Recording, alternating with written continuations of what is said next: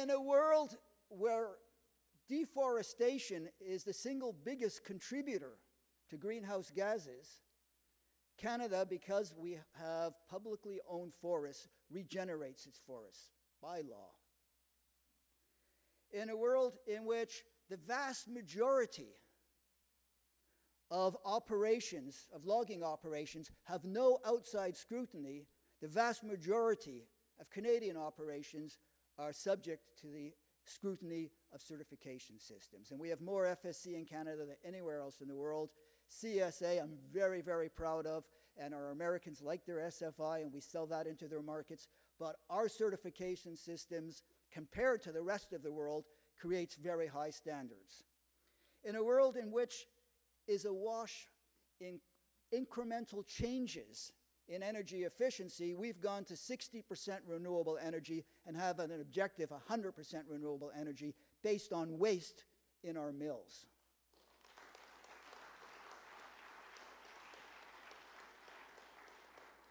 In a world in which the consumer feels personal guilt about waste, we use every bit of the log. I think we're up to 98%.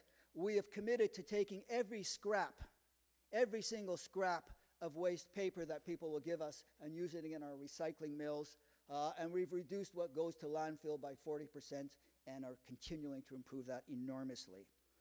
In a world awash in greenwash on climate change, we haven't committed to hiding our emissions in a hole in the ground or to paying someone in Ecuador not to cut down their forest.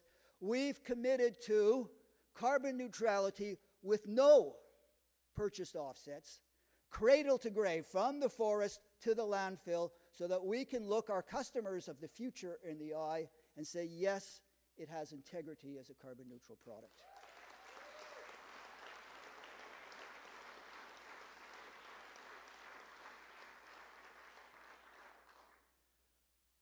We are far from perfect. We're better than most. And we are 100% committed to getting better and better and better every single year. Our ambition is the race to the top in environmental quality, largely because that's where our future jobs are, but also that's where our hearts are. And it's something that many of you may not understand about a lumberjack. You don't go in the forest industry because you want to get rich or because you like the bright lights. The average forester goes in it because he likes hanging out in the woods, and that's the job. And when you talk environmental quality, when you talk ecosystem integrity, when you talk preserving natural spaces, when you talk all those things to foresters, it's close to their heart. Of course they're not perfect, and of course our past practices needed fixing, and of course our current practices are going to continue to improve. But it's not just that we know climate change from the belly through the beetle. It's not just that we know the markets are green. It's that the culture of people who live and depend on the woods is not as hard to change as the culture of people who think about it from the cities.